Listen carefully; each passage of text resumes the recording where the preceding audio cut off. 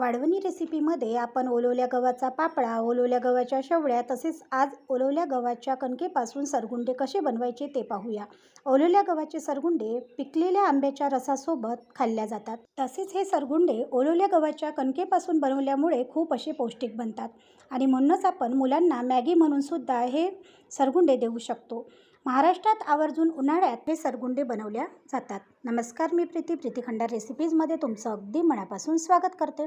उन्हाळ्या वाढवणीमध्ये आज स्पेशली तुमच्यासाठी घेऊन आलेली आहे खूपच पौष्टिक अशी सरगुंडे रेसिपी. आपण ओलवल्या गव्हाचे सरगुंडे कसे बनवले ते पाहूया. तर चला व्हिडिओला सुरुवात करूया. ओलवल्या गव्हाचे सरगुंडे बनवण्यासाठी सर्वात आधी आपल्याला लागणार आहे ओलवल्या गव्हाची कणिक. ओलवल्या गव्हाची कणिक कशी बनवायची याचा व्हिडिओ आपल्या चॅनलवरती आधीच अपलोड आहे, तुम्ही तो व्हिडिओ जाऊन पाहू शकता. तर इथे बघू शकता ओलवल्या गव्हाची कणिक मी एका वाटीने 6 वाट्या इथे घेणार आहे. 6 वाटे कणकेसाठी इथे 1 वाटी रवा मी घेणार आहे. रव्याऐवजी तुम्ही ओलवल्या गव्हाची कणिकही घेऊ शकता किंवा ओलवल्या गव्हाची कणिक जर नसेल तर तुम्ही नुसते रव्याचे सुद्धा हे सरगुंडे नक्कीच बनवू शकता. इथे अशा प्रकारे आपल्याला ओलवल्या गव्हाची कणिक घ्यायची आहे आणि ही कणिक एका चाळणीने आपल्याला चाळून घ्यायची आहे. सरगुंडे बनवण्यासाठी खूप अशी मेहनत लागते, पण सरगुंडे चवीला सुद्धा खूप अशी चविष्ट लागते. म्हणून आपल्याला एकदा सरगुंडे आपल्या घरी नक्कीच बनवले पाहिजे. आता 1 वाटी रवा घातला, चमचाभर याच्यामध्ये आपल्याला मीठ घालायचं आहे. चमचाभर मीठ घातल्यानंतर आता आपल्याला हे जी कणिक आहे ती अशा प्रकारे बघा मिक्स करून घ्यायची आहे. कणिक मिक्स करून घ्यायची आहे आणि कणिक मिक्स झाल्यानंतर याच्यामध्ये थोडं थोडं पाणी घालत याचा आपल्याला एक गोळा तयार करून घ्यायचा आहे. ज्याप्रमाणे अगदी आपण चपातीसाठी कणिक मळतो त्या पद्धतीनेच आपल्याला इथे ही जी कणिक आहे ती मळून घ्यायची आहे. गोळा बनवताना इथे आपल्याला एकदम घट्ट नाही किंवा एकदम आसट नाही, फक्त मध्यम असा इथं कणकेचा गोळा आपल्याला बनवायचा आहे. आपल्या या चॅनलवरती ओलवल्या गव्हाचा पापडा ही रेसिपी मी अपलोड केलेली होती आणि त्या रेसिपीला तुमचा छान असा रिस्पॉन्स त्या व्हिडिओला मिळालेला आहे. जर तुम्ही तो व्हिडिओ पाहिला नसेल तर नक्की जाऊन पहा आणि जर तुम्हाला तो व्हिडिओ आवडला असेल तर नक्की चॅनलला लाईक, शेअर व सबस्क्राईब करायला सुद्धा विसरू नका. आणि इथे बघू शकता मस्त अशी कणकीचा गोळा आपला तयार आहे. आता हा जो कणकीचा गोळा आहे हा कणकीचा गोळा आपल्याला 2 ते 3 तासासाठी छान असा मुरू द्यायचा आहे. त्याच्यासाठी बघा अशा प्रकारे कणिक भिजवल्यानंतर आपल्याला 3 तास हा जो कणकीचा गोळा आहे तो आपल्याला असाच मुरू द्यायचा आहे. याच्यावर एक झाकण ठेवायचं आणि थोडं पाणी लावून हा कणकीचा गोळा आपल्याला मुरू द्यायचा आहे. तर इथे पूर्णतः 3 तास झालेला आहे आणि कणिक बघू शकता छान अशी इथे मुरलेली आहे. आता ही जी कणिक आहे ती आपल्याला छान इथे चुरून घ्यायची आहे. तर इथे माझी आजी जी आहे ती इथे ही कणिक जी आहे ती छान अशी चुरून देणार आहे. तर तुम्ही बघू शकता ज्या पद्धतीने ती आपल्याला कणिक चुरून दाखवणार आहे त्याच पद्धतीने आपल्याला इथे ही जी कणिक आहे ती चुरून घ्यायची आहे. आपले जे सरगुंडे आहे त्या सरगुंड्याला छान असे तार बनण्यासाठी आणि सरगुंडे छान असे बनण्यासाठी कणिक छान अशी चुरणे खूप असे आवश्यक आहे. तर इथे तुम्ही बघू शकता अशा प्रकारे आजी इथे कणिक आपली चुरून देत आहे. कणिक इथे छान चुरून झालेली आहे आणि आता थोडा उंडा अशा प्रकारे आपल्याला काढून घ्यायचा आहे, थोडा लांबून पाहायचा आहे आणि याचे तार तुटते की नाही म्हणून हातावर अशा प्रकारे चुरून पाहायचं आहे. तर तार व्यवस्थित तुटत नाही म्हणून आणखी इथे आजीने पाण्याचा हात घेतलेला आहे आणि आणखी एक वेळा ही कणिक छान अशी ती चुरणार आहे. कारण की सरगुंडे आहे आणि सरगुंडे जोपर्यंत कणिक छान चुरत नाही तोपर्यंत सरगुंडे व्यवस्थित इथे बनल्या जात नाही. तर इथे बघू शकता मस्त अशी आपली कणिक इथे मुरून झालेली आहे आणि चुरूनसुद्धा झालेली आहे. आता आपल्याला सरगुंडे बनवण्यासाठी लागणार आहे सरं. तर हे सरं जे असतात ते गव्हाचे जे सरं असतात ते घेतलेले आहे आणि हे जे सरं आहे ते स्वच्छ असे धुवून घेतलेले आहे, त्याला कोरडे करून घेतलेले आहे. नंतर त्याला तेलाच्या हाताने आपल्याला अशा प्रकारे बघा थोडं थोडं करत तेल लावून घ्यायचं आहे. आता अशा प्रकारे थोडं हातालासुद्धा तेल लावायचं आहे आणि हाताला तेल लावल्यानंतर आता या सरांवर आपल्याला सरगुंडे बनवून घ्यायचे आहे. तर इथे बघू शकता अशा प्रकारे आपल्याला थोडी कणिक अशी तळून घ्यायची आहे आणि कणिक तोडल्यानंतर याची अशी तार काढून घ्यायची आहे. तुम्ही बघू शकता अगदी ज्या पद्धतीने मी तुम्हाला व्हिडिओमध्ये दाखवत आहे म्हणजेच आजी ज्या पद्धतीने तुम्हाला दाखवत आहे त्या पद्धतीनेच आपल्याला इथे हे सरगुंडे करायचे आहे. तर अशा प्रकारे आपल्याला हे जे सरगुंडे आहे हे अशा प्रकारे आपल्याला या सरावर गुंडाळून घ्यायचे आहे. तर खूप असे मस्त हे सरगुंडे गुंडल्या जातात आणि इथे वेळ मात्र थोडा जास्त लागतो पण खूप अशी मेहनतसुद्धा आहे.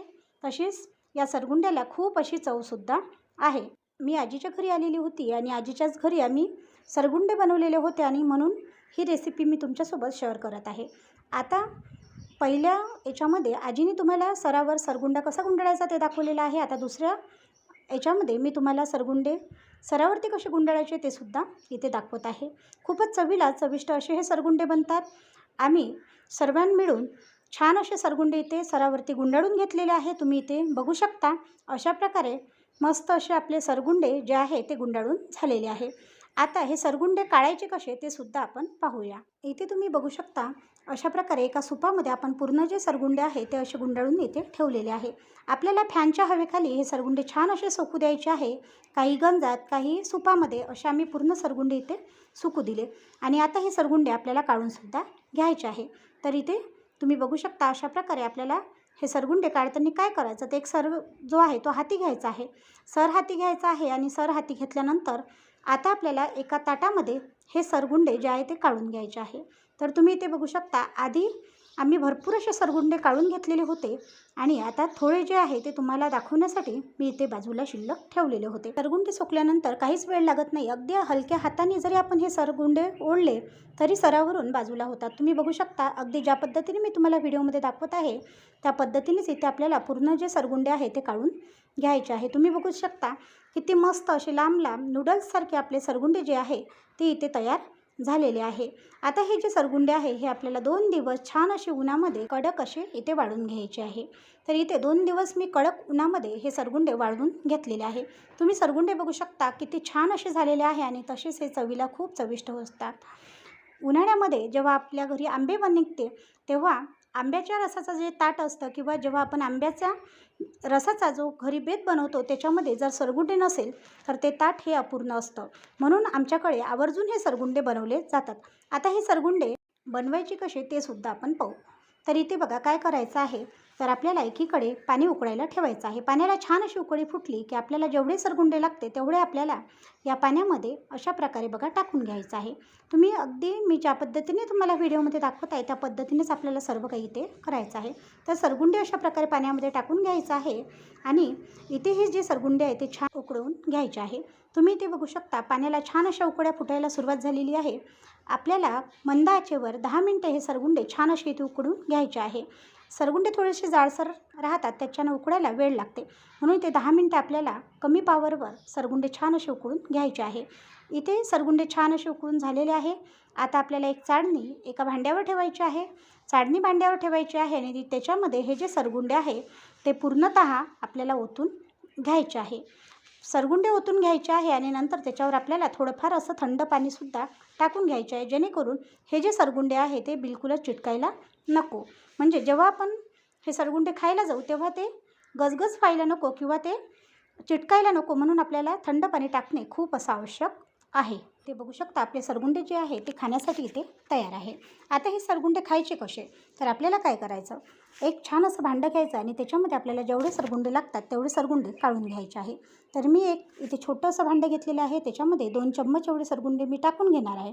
सरगुंडे टाकायचे आहे. त्याच्यावर आंब्याचा जो रस असतो तो रस घालायचा आहे. तर आंब्याच्या रसासोबत हे सरगुंडे खूप असे चवीला चविष्ट लागतात. म्हणून हे जे सरगुंडे आहे ते जेव्हाही तुम्ही तुमच्याकडे बनवाल तर आंब्याच्या रसासोबत नक्की एकदा हे सरगुंडे खाऊन बघा. तर तुम्ही इथे बघू शकता अशा प्रकारे मस्त असा आंब्याचा जो रस आहे तो मी याच्यावर घालून घेतलेला आहे. आता मस्त चम्मचभर तूप आपल्याला याच्यावर घालायचं आहे. चम्मचभर तूप घालायचं आहे. चवीनुसार आपल्याला याच्यावर साखर घालायची आहे आणि मस्त असे सरगुंडे ते आपल्याला खायचे आहे. आजची ही सरगुंड्याची रेसिपी किंवा आजचा हा व्हिडिओ तुम्हाला कसा वाटला कमेंट करून कळवायला विसरू नका. व्हिडिओ आवडल्यास चॅनलला लाईक, शेअर व सबस्क्राईब करायला सुद्धा विसरू नका. धन्यवाद.